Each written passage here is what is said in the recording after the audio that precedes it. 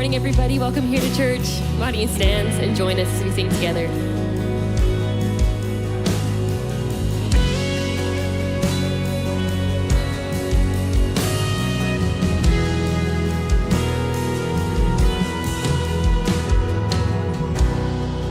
Morning by morning, day after day, the more that I live, the more I'm convinced you've done good by me. But if I forget it, or don't say it enough, no, I'm all kinds of grateful, and I won't take for granted the things you've done. But I can't explain, escape it, can never erase it, for that's just the way that you love. I can't thank you enough. I can't thank you enough for the way that you saved me and gave me. It's outright amazing. I can't help but think it's too much after all that you've done. I can't thank you enough.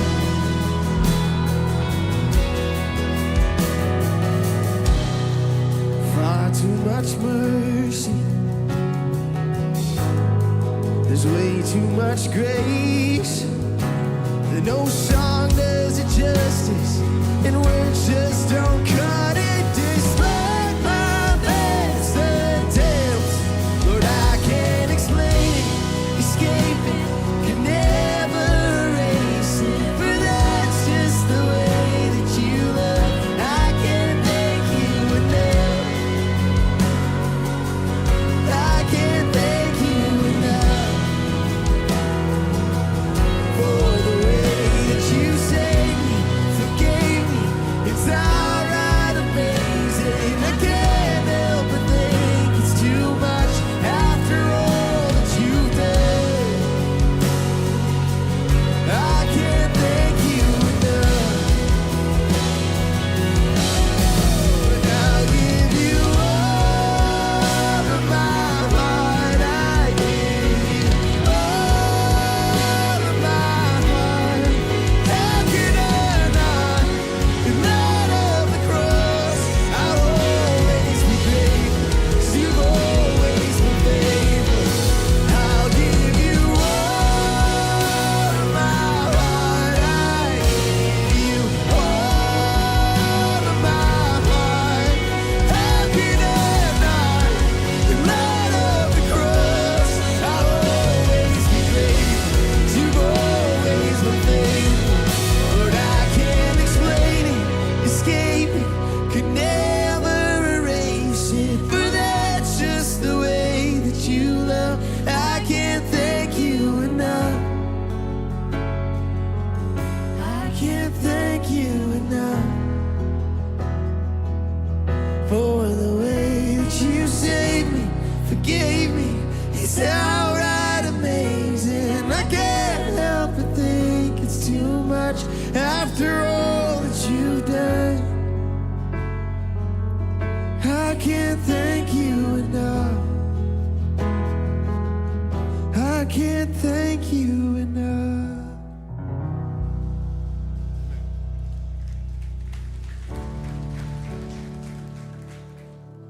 Psalm 63, verses 1 to 5 says, "You, God, are my God. Earnestly I seek you.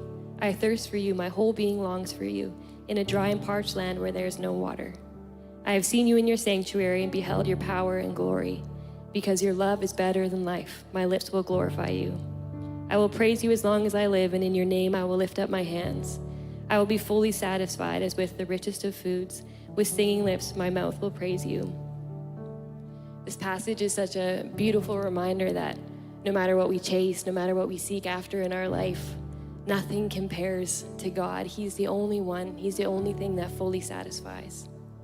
His words are our guide and our light and our hope when life is complex and complicated. His presence is our comfort and our peace and our anchor when times are hard. And even when we're experiencing good things, beautiful things, amazing things, we know that every good gift comes from God. And not only that, but that the love of the giver himself is so much better than any gift he could ever give to us. And so we're going to sing a new song here this morning, and there's a lot of ways we could approach this song. You know, maybe you want to use the song as an opportunity to come before God and just profess, like, God, there's nothing better than you. Of all that I've experienced, of all that I've thought, of all the people that I know, there's nothing that compares to you, and just praise him in that moment. Or maybe you want to use this song as an opportunity to sing it as a prayer. Like, God, help me to desire you more. Help me to experience more of you and more of your love. Or maybe you just want to use this as an opportunity to pause and just to rest and just to soak in who he is and how much he cares for you and all that he's done for you. Whatever you want to do, I'm just praying that God uses this song to remind us, or maybe to show you for the first time this morning, that his love truly, truly is greater than life.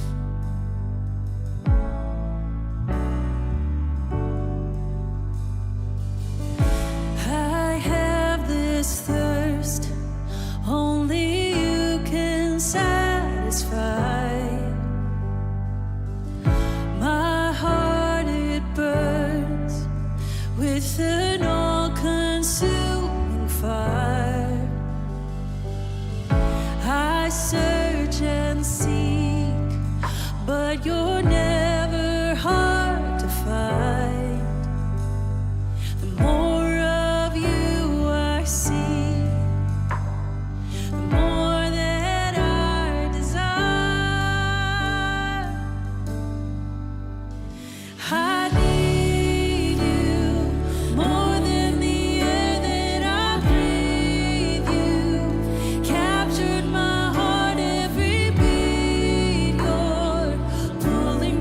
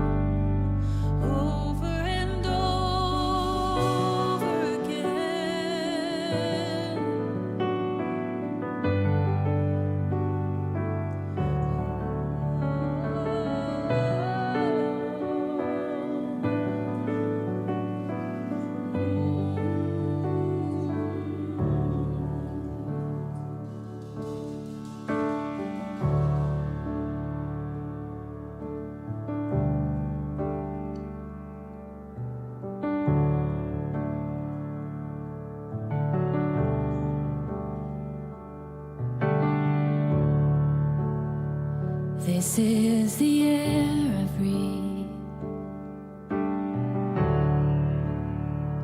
This is the air I breathe. Your holy presence living in me.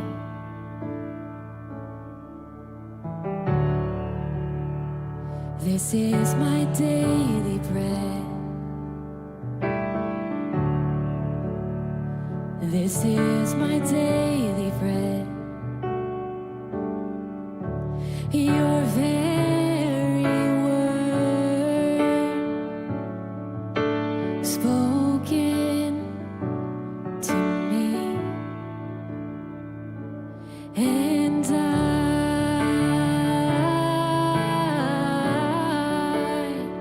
I'm desperate for you, and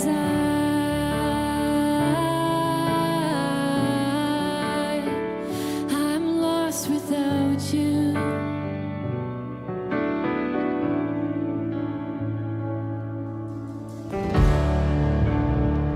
This is the air I breathe. This is the air I breathe. Your holy presence living in me. This is my daily. This is my daily bread. This is my daily bread. Your very word spoken to me, and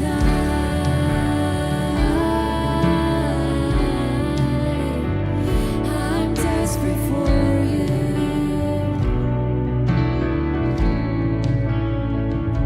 and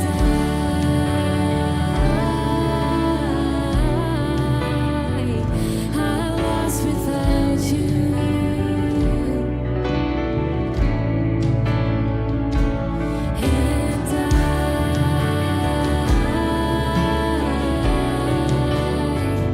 I'm desperate for you,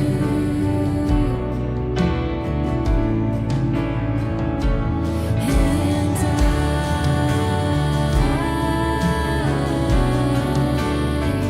I'm lost without you.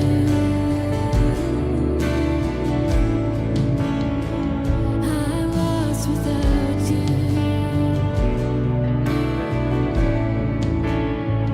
I'm lost without you.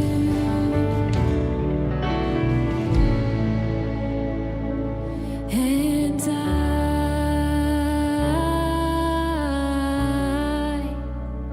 I'm desperate for you.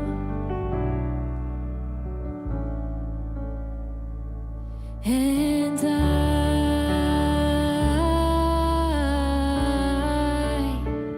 I'm lost without you.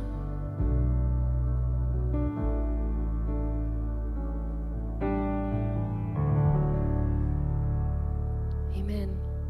You guys can take a seat. Hello, everyone. My name is Maddie, and it is so great to be here with you today.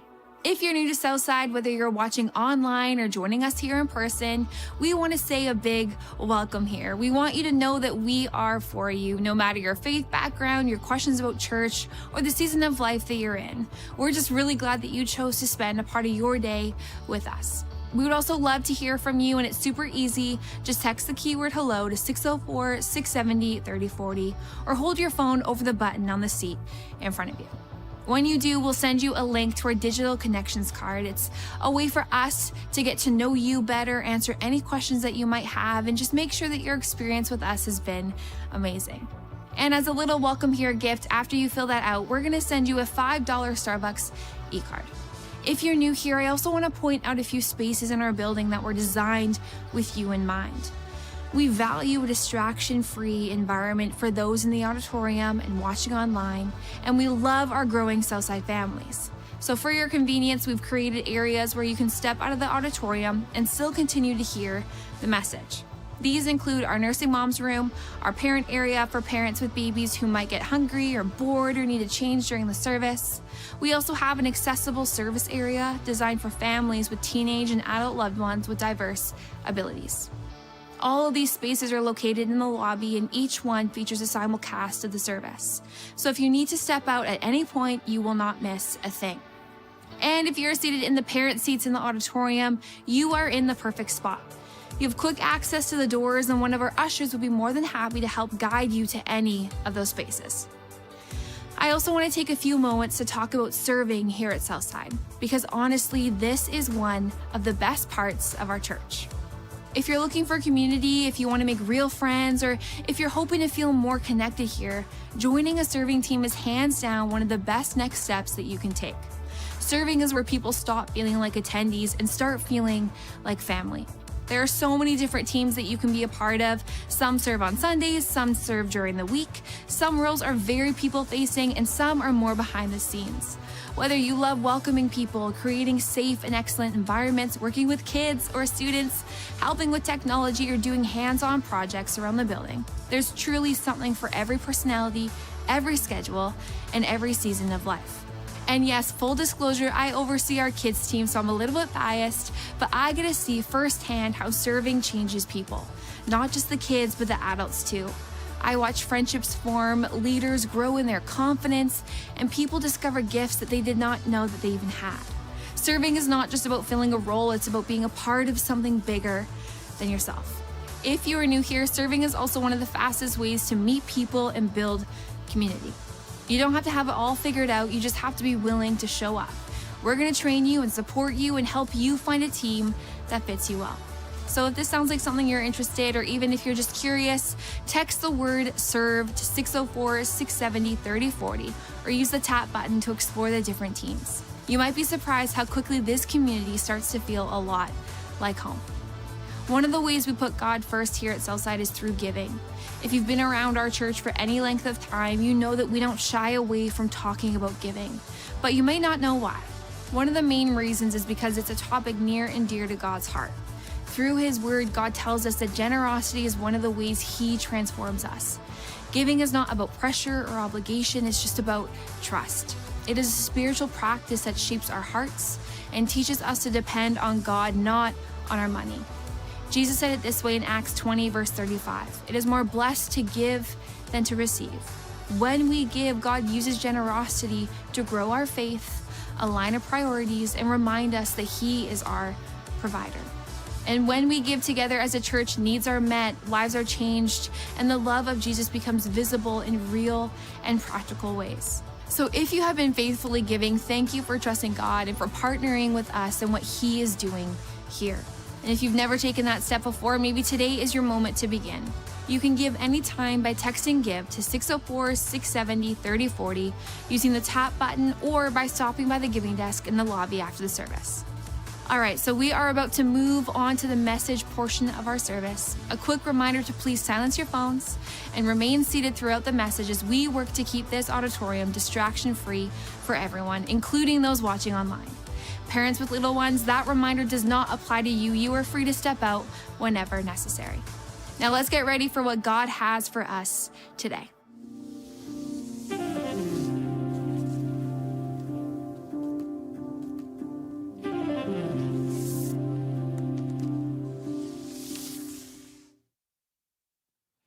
Hey guys. Impromptu sound survey. Okay, so I want to know who you think is going to win today. Okay, so when I say the name of the team, and if you think they're going to win, just like make some noise, and we're going to see who's going to win. This is scientific. You can bet on it, but probably don't. It's not a great idea. Okay, so first of all, New England Patriots.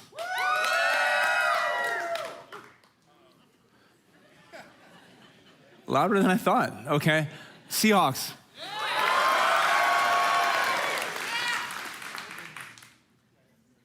You cheered for both, Steve. Come on, man. How many people don't really care, but you can't wait for the appetizers and the commercials? Yeah. Some guy from our safety team wore a Kansas City Chiefs jersey to the first service. I said, have you been on a media fast or something like that? So unequivocally, our culture is the loneliest and most anxious in human history. We know that. Many suggest that we're the most addicted, disconnected, isolated culture in human history. In our nation's history, we've never been more angry, more divided, and more miserable than we are right now. I have some bad news and some good news about that. Here's the bad news. If you think to yourself, that doesn't really apply to me, it actually does. If you think that this culture doesn't affect you, you're like a fish who doesn't think it's wet. You're swimming in it. You're impacted by it. But here's the good news. Whether church is your thing and you've been going to church your whole life, or whether church really isn't your thing, God has a better plan for you than that. And I love the way that it is expressed in the New Testament book of Romans, chapter 12, verses 1 and 2. This is God speaking through the Apostle Paul. Listen to this. Here's what I want you to do, God helping you. Take your everyday, ordinary life, your sleeping, eating, going to work, and walking around life, and place it before God as an offering. Embracing what God does for you is the best thing that you can do for him. Don't become so well adjusted to your culture that you fit into it without even thinking. Instead, fix your attention on God. You'll be changed from the inside out. Readily recognize what he wants from you and quickly respond to it. Unlike the culture around you, always dragging you down to its level of immaturity, God brings the best out of you, develops well-formed maturity in you. Here's the good news. God has a better plan for you than that. A better plan for you than isolated, disconnected, addicted, angry, and divided. God's plan, as we read here in Romans chapter 12, is not a plan of circumstantial revision. God is not promising to you that he will instantly change your circumstances. He might, but his plan is actually deeper than that for you. His plan is to change you from the inside out. We've been calling that spiritual formation. How would my life change if I brought a different me into every one of my circumstances? It's funny because it talks in that passage about immaturity and maturity. And often when I hear the word immaturity, I think of like, oh, you know, that Mike, he's so immature. When he gets around with his high school buddies, he's 15 years old again. And I get it. That's part of what immaturity is. But when we talk about spiritual immaturity, I think it's important we know what spiritual immaturity is. What it would be that you stop short, Nathan. That, Nathan, you stop short of becoming the person you were created to be. You stop short of living the life that God is inviting you into. God has a better plan for you. It's a life of beauty and hope and joy and peace and celebration. And when you stop short of that, it doesn't mean that you're playing pull my finger with your high school buddies. What it means instead is it means that you're stopping short of all of that. So we're talking about spiritual formation. Readily recognize what he wants from you and quickly respond to it. What does God want for me? What does God want for you?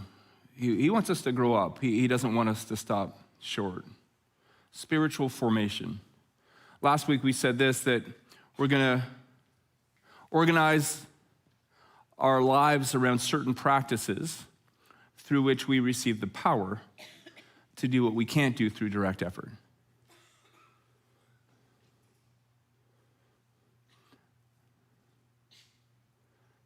In other words, God's plan for you, God's plan for me isn't that I would walk around pretending that I'm living a beautiful life, pretending that I'm full of joy. pretending that I'm experiencing peace. God's plan is I would actually live it. Pretending doesn't work. So we arrange our lives around certain practices through which we receive the Holy Spirit power to do what we can't do through direct effort. I was thinking this week about how hard it is to remember. You know, sometimes you stand up here on a stage like this and you think to yourself, oh man, like you're never going to forget a word of this.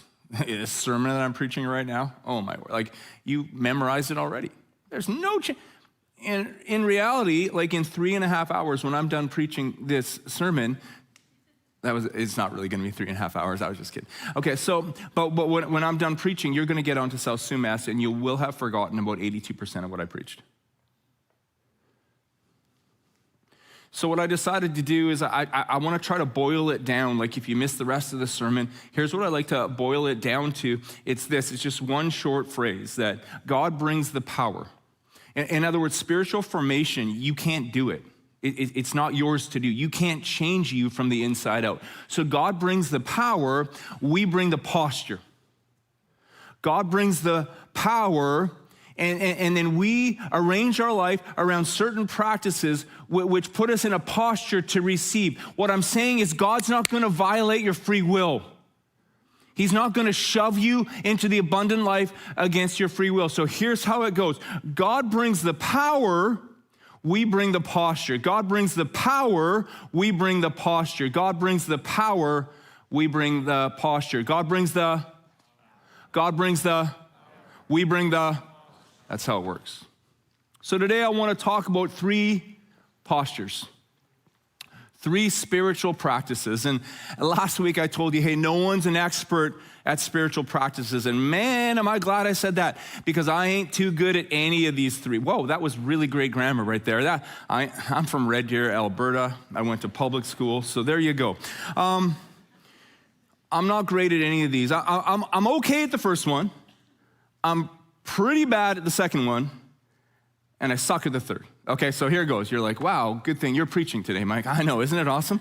Okay, so 3 postures. God brings we bring the 3 postures, 3 spiritual practices to talk about today. Here's the first one, solitude.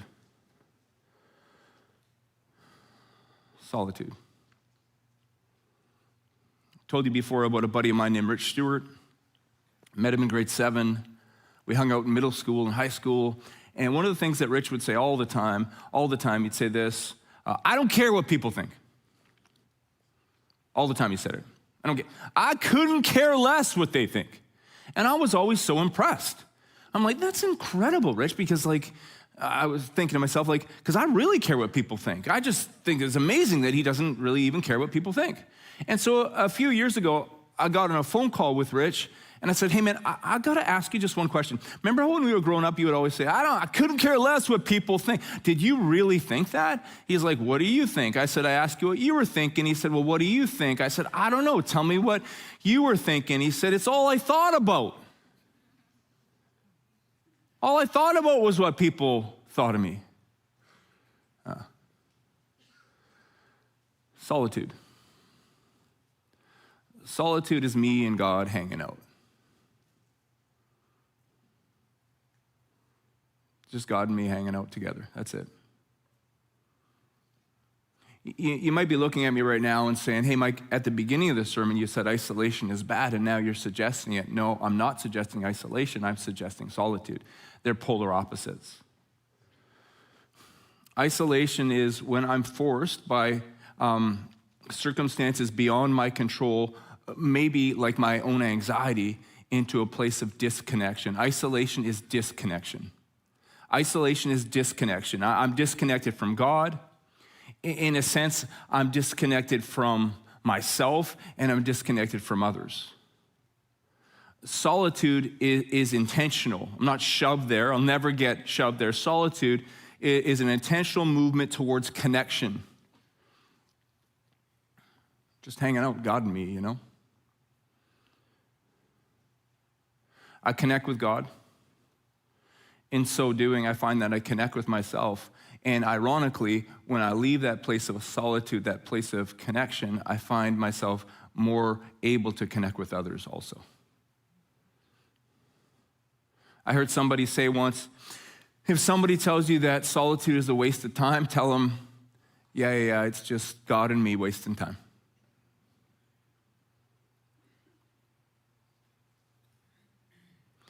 So right after Kurt and I got married, I started waitering. If you want validation, waitering is a great place to get validation, especially if you're good, and I was good. You get validation every night when you count up your tips. Constant stream of validation. After waitering, I became a teacher and a coach. Now, not everybody liked me, but most everybody liked me, and I got a lot of awards, academic awards, athletic awards, and so it was this constant stream of validation. And after I was a teacher and a coach, I became a youth pastor.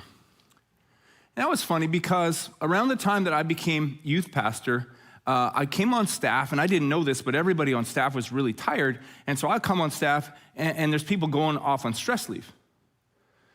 So I came on to be the youth pastor to preach on Wednesday nights, but then the guy who was doing young adults and small groups went on stress leave, and so now I'm preaching Wednesday nights to the youth, Tuesday nights to young adults.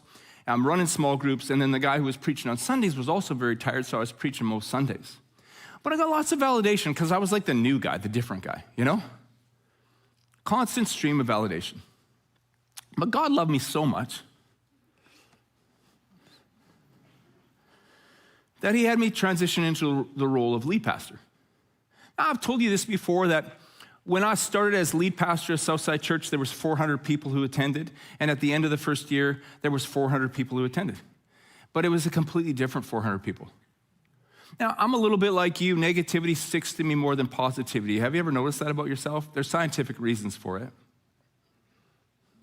But I found that those 400 people who left, some of them didn't leave super quietly. You know?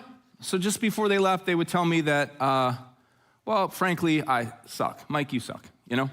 And the constant, remember that constant stream of validation? Like, feed me, feed me. It wasn't flowing anymore, you know? It stopped. And so for a couple years, I didn't sleep much on a Friday night, and I never slept on a Saturday night at all. I would just lie there in bed in a place of absolute, listen now, in a place of absolute isolation. Feeling completely and totally disconnected. Worried about, I gotta preach tomorrow. What if they withhold their approval? What if they reject me? What if they, whatever. Tossing and turning all night, every Saturday night. And then something changed. Something changed. You wouldn't have been able to notice it if you were just from the outside looking in, but I went from a place of isolation to a place of solitude. I'll tell you how that impacted everything in a second. But first I want to talk to you about the second posture. So the first posture is solitude. The first spiritual practice we're talking about today is solitude. The second goes hand in hand with solitude, and it's silence.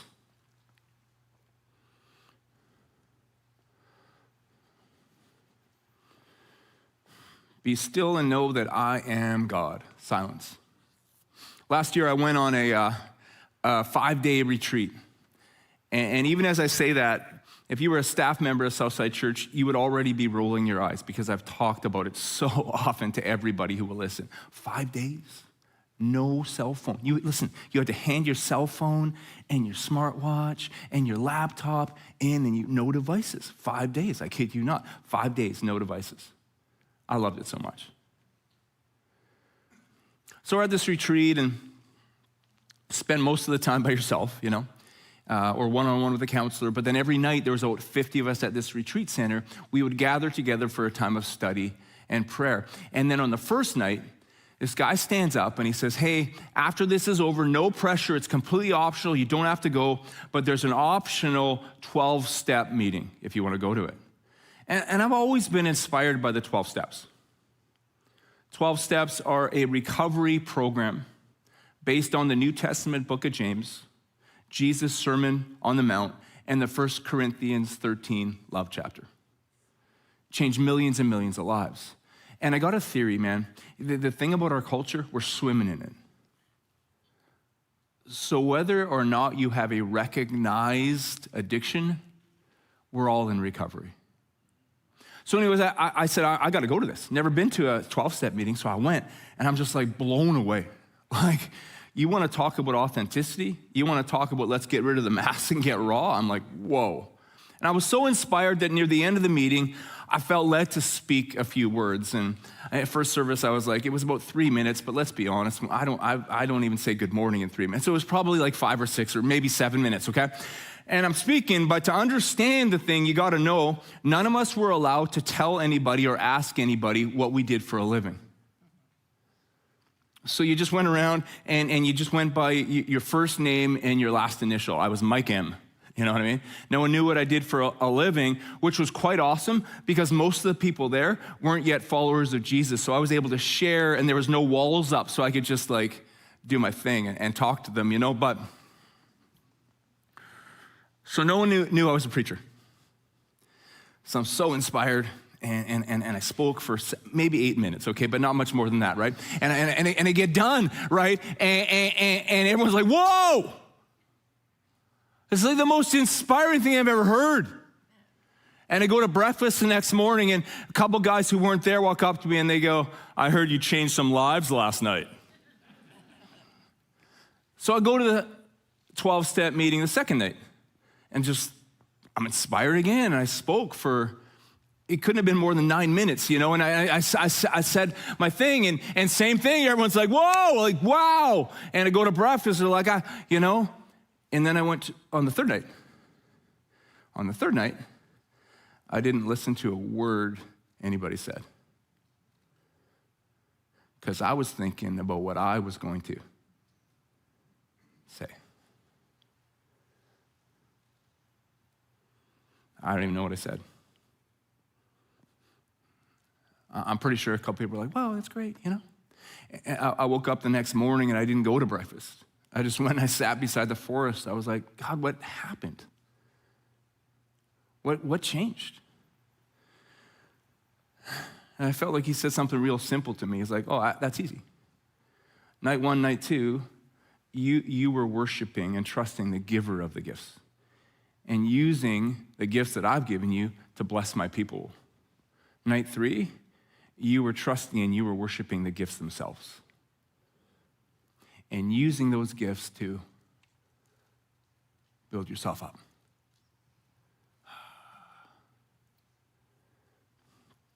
So I went to the 12-step meeting that night, and that night I didn't talk. Could have talked, didn't talk. Just listened, just prayed for people as they were speaking, you know? So we get at 5 days, no devices. Did I tell you that already? No devices, none. Just loved it. So they give us our phones back, and I'm just Mr. Self-Control. Didn't even turn my phone on. Walking in the airport, and all the way up to my gate, and I'm like, I should probably let Corinne know I'm okay, you know? And I turned on my phone, and my phone did what your phone would do if you hadn't had it on for 5 days, right? And the Oilers were in the playoffs making a run, and so I had to check some of those highlights, and be still and know that I am God was gone. And I got to be real with you. I've had a lot of trouble since then, even when everything's quiet around me, to be still. It's funny, last night, because I knew I was preaching. Isn't God awesome? I knew I was going to preach about solitude and silence today. So last night, I'm like, I should, do a little solitude and silence, and try to shut this brain down. And God's not like, oh, yeah, sure, you got to preach tomorrow, so, right? I mean, I try every day, but last night, I felt like God spoke something absolutely fundamental and profound to me. I don't have time to get into it today, but I'll talk more about it on the podcast. So you should text the keyword STEP to 604-670-3040. Podcast is a lot of fun, and we'll get deeper into that. But here's the thing. These two postures, God brings the power, we bring the posture. God brings the power, we bring the posture. Thanks, Dylan. These two postures, I believe they help us answer three fundamental questions. Now, number one, they put us in a place where we're inviting God to change me from the inside out. But they help us answer three fundamental questions. Three questions that we should all be looking to answer in our lives. Here's the first one. How am I?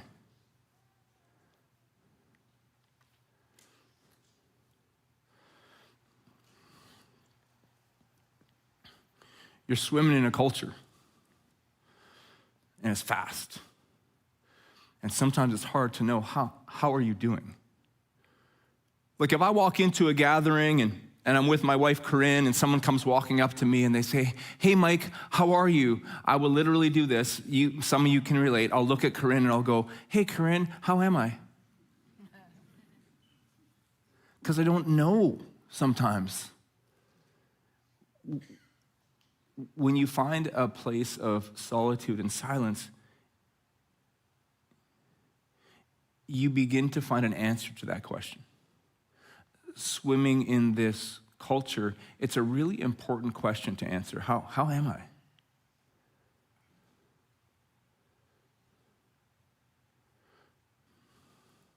In Psalm 139, we read that David wrote, search me, God, and know my heart. Test me and know my anxious thoughts. See if there is any offensive way in me and lead me in the way everlasting. It's a pretty beautiful thing to do. So number one, we begin to find an answer, or we move towards finding an answer to that first question, how am I? Second question is, who am I? Who am I?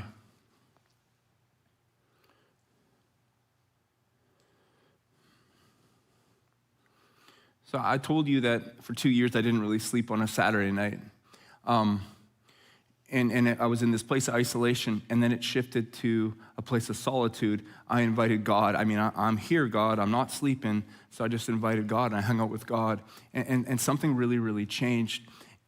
Because listen to this. If you would have asked me during those 2 years when I wasn't sleeping on a Saturday night, hey, Mike, how are you? I would have been like, unreal. So good. Full of energy. Yeah, I was. Oh, was I ever full of energy?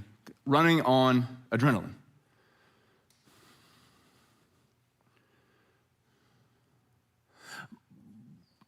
But life for me and for you in this culture can be a little bit of a roller coaster, no? High highs, low lows, high highs, low lows. And I felt like in those moments of inviting God into those Saturday nights and having a time of solitude, having a time of silence, what happened is I came to this conclusion, and this is going to sound dead simple to you, but I think it's more profound than you're going to think at first. I'm not the best of the best. You know what I mean? Like, I'm not like that feeling I get when someone's like, oh, I heard you changed some lives last night. Yeah, like I've ever changed anybody's life. God changes lives once in a while through me, but I've never, right? But you know that moment? Oh, yeah, I got this. I'm not the best of the best, but I'm also not the worst of the worst, that when I'm beating myself up because this person said that about me. Do you get it? So listen. So this is what happens. I began to discover an answer of who am I? I'm not the best of the best. I'm not the worst of the worst. You know who I am? I'm Mike. I'm just Mike. Child of God. Just like you. Loved and talented, just like you. Chosen, just like you. There's a purpose to my life, just like there is one for yours. I'm not the best of the best. I'm not the worst of the worst. I'm just Mike. And you know what? That's beautiful. I'm okay with that. I'm more than okay with that. Does that make sense? So question number one, how am I? Question number two, who am I? And question number three, whose am I? Our God is an awesome God, you know? Our God is an awesome God. Psalm 121, I lift my eyes up to the mountain. Where does my help come from? My help comes from the Lord. He's the maker of heaven and earth, you know? Like even though he holds the whole universe in the palm of his hands, he still knows me.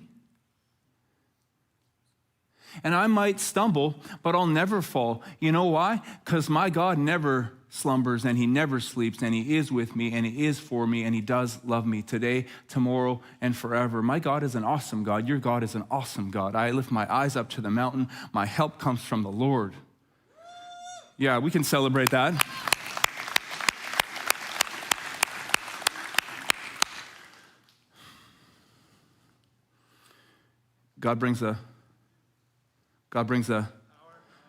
We bring the, right. So posture number 1, spiritual practice. Solitude. Posture number 2, silence. Posture number 3, rest. Rest.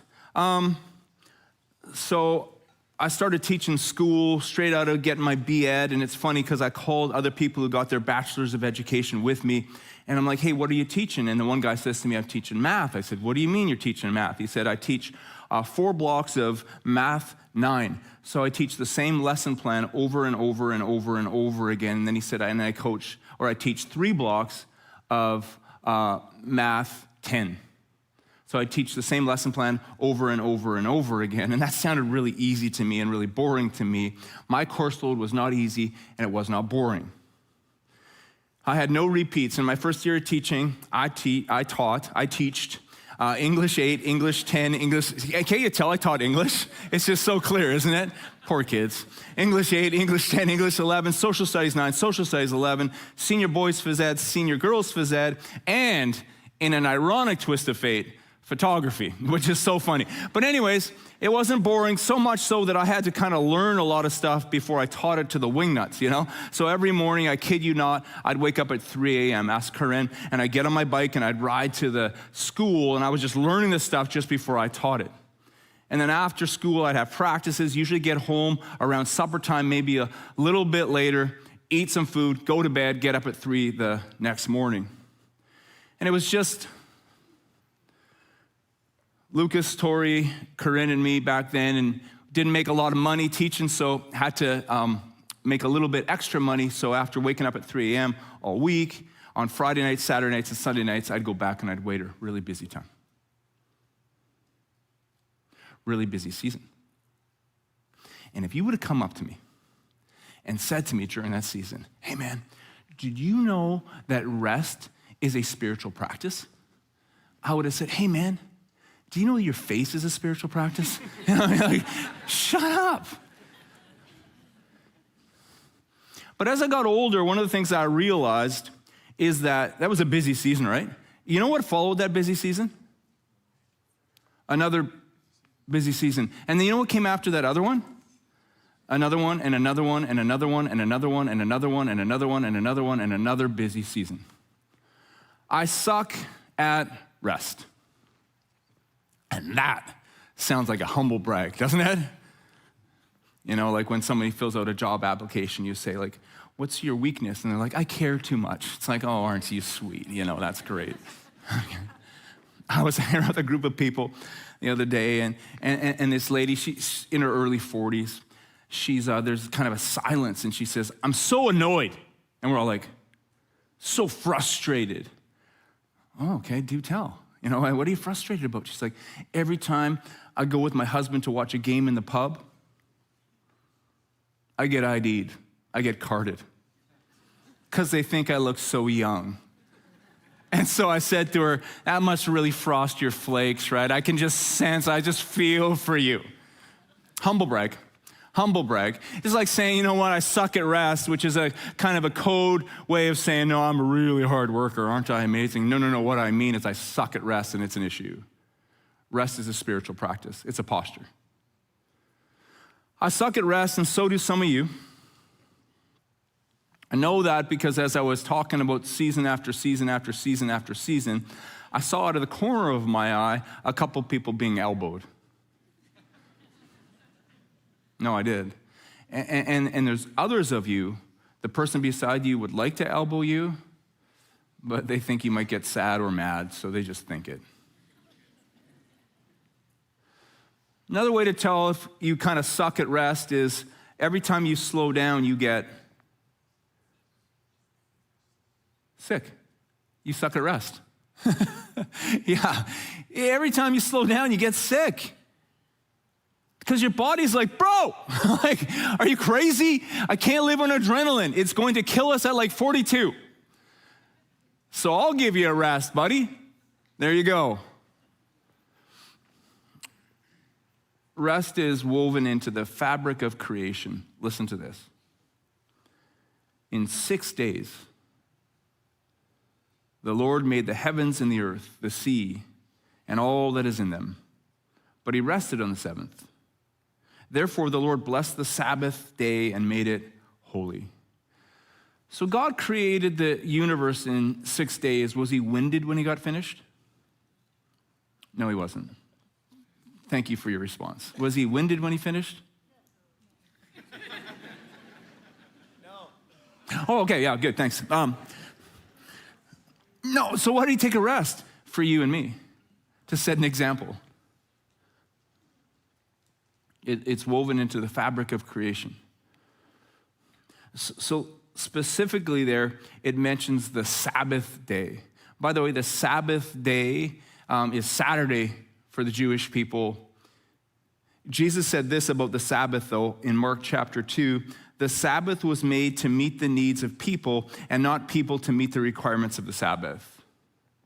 In other words, I'm not going to stand up here and yell at you about the Sabbath. That defeats the whole purpose. It's a gift that God gave us. It could be, for you, it's 24 hours every 7 days. Could be Friday, could be Saturday, could be Sunday. I could go through every day of the week, Nathan. It could be any one of those days. 24 hours every 7 days, that's all.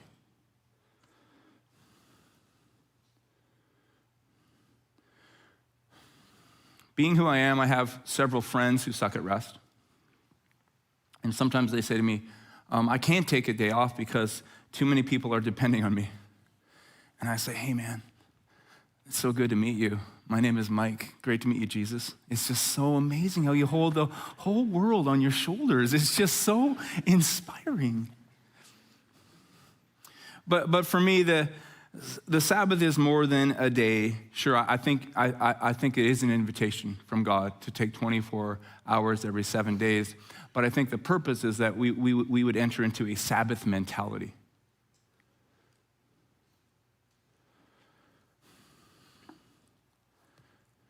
Find a time of rest, you know. So I'm going to be. I've been telling people I'm gonna rest in 2026. In fact, I have a new nickname for myself. It's not catching on at all. I'm calling myself Leisure Mike. I'm Leisure Mike. You know what I mean? Nothing but leisure over here, and no one believes me. That's okay. That's okay. I'm going to find some rest because it's an invitation. Just like solitude, just like silence. Rest is an invitation from God. And when we rest, we again find the answer to those three fundamental questions. How am I? Have you ever noticed when you talk to somebody who sucks at rest and you ask them, how are you? They will always have the same answer. If you talk to somebody who sucks at rest and you ask them, how are you? What will they tell you? I'm so tired, or I'm so busy. I'm so busy. Which is funny because busy is not a qualitative answer to the question, how are you? Have you ever thought about that? Like, okay, cool. So you told me that you have a lot of things going on in your life, but that wasn't my question. But for me, often, when I go, that's my only answer. So when we take time to rest, what we find is maybe we can get beyond that superficial answer of I'm busy to like, okay, I'm swimming in this culture. How am I actually, beyond busy, how am I actually doing right now? And when we take time to rest, we answer not only how am I, but who am I? I am not what I produce. You know, you're not a human doing, you're a human being. Yeah, I know. But people who suck at rest, they know that in theory. They just don't know it. They don't get it quite here. But when you actually trust and accept the invitation of Jesus to find a little bit of rest in your life, you begin to get it here. Like, I'm preaching a sermon right now. That's not who I am. I'm the lead pastor of a church. That's not who I am. I'm not the best of the best. Not even close. I'm not the worst of the worst. I'm Mike. You kidding me right now? You're you. That's amazing. It's incredible.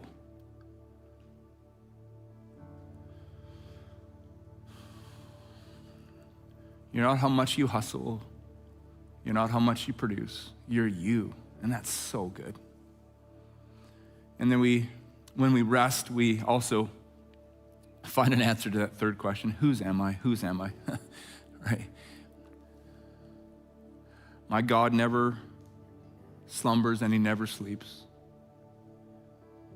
Even if I stumble, I won't fall because he's for me and he's with me. And if I take some time off, I think he's just powerful enough to keep the universe going while I take a little bit of time off. Our God is an awesome God. So what I want to do is we close, and I would ask if you could to stick around and not try to get a jump on the traffic. I get it, it's annoying, but it's God's way of teaching you patience on your way out today, which is a really good thing. I'd like to take a moment of reflection right now and maybe just find a little moment of solitude and silence and rest just right now. So if you don't mind bowing your heads and closing your eyes just for a second, let's go through those three questions.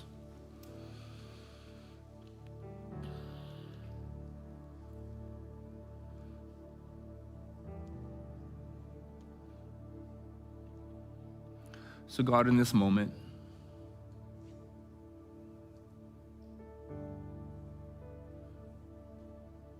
I pray for every single person here, every man, every woman, young and old. May you just give us a bit of a glimpse. How am I? Beyond the noise, beyond the busyness,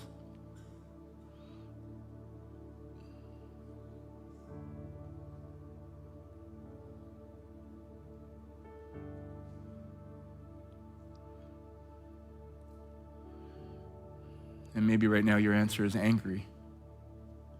So I would ask God to show you, why are you angry?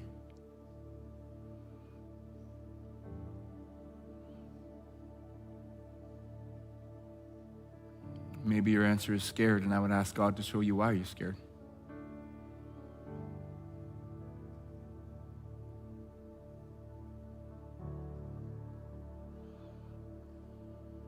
The second question in this moment of reflection is, who are you?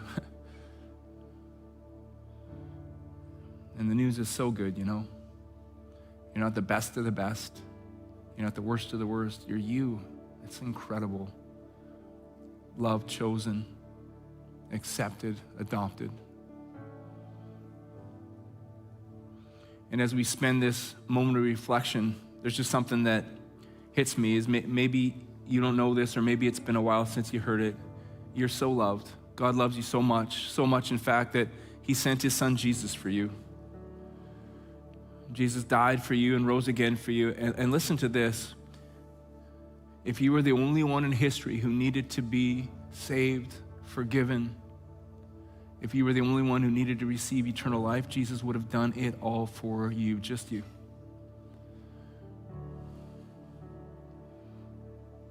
He sees you right now. He loves you fully and completely right now. Never violate your free will. And so my question for you right now is, in light of what Jesus has done for you, his death and his resurrection, if you've never had the chance to say, yes, Jesus, I accept it. I accept the gift of a new beginning, forgiveness, and life that starts now and stretches into forever, with heads bowed and eyes closed. Can you just raise your hand right now if today is the day you want to say yes?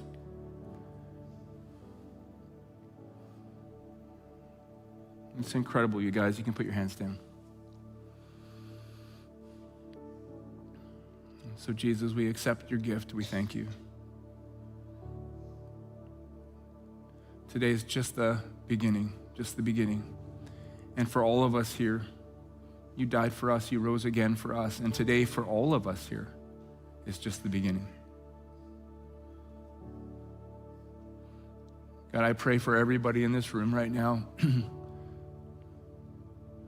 that they would come to this place where they would begin to at least catch a glimpse of how you see them.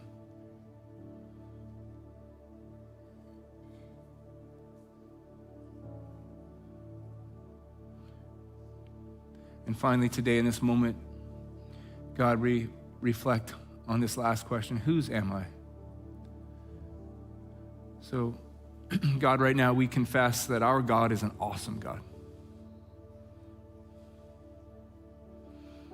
In a few minutes, as we drive out of here down South Sumas and life hits, our God is still an awesome God. In our highest of highs, you're right there with us. In our lowest of lows, you're right there with us. Our God is an awesome God. Thank you. We invite you. We acknowledge your presence in our lives right now, every minute of every day. Thank you, thank you, thank you that we're never alone. We love you in your name. Amen. Amen. Let's celebrate, you guys.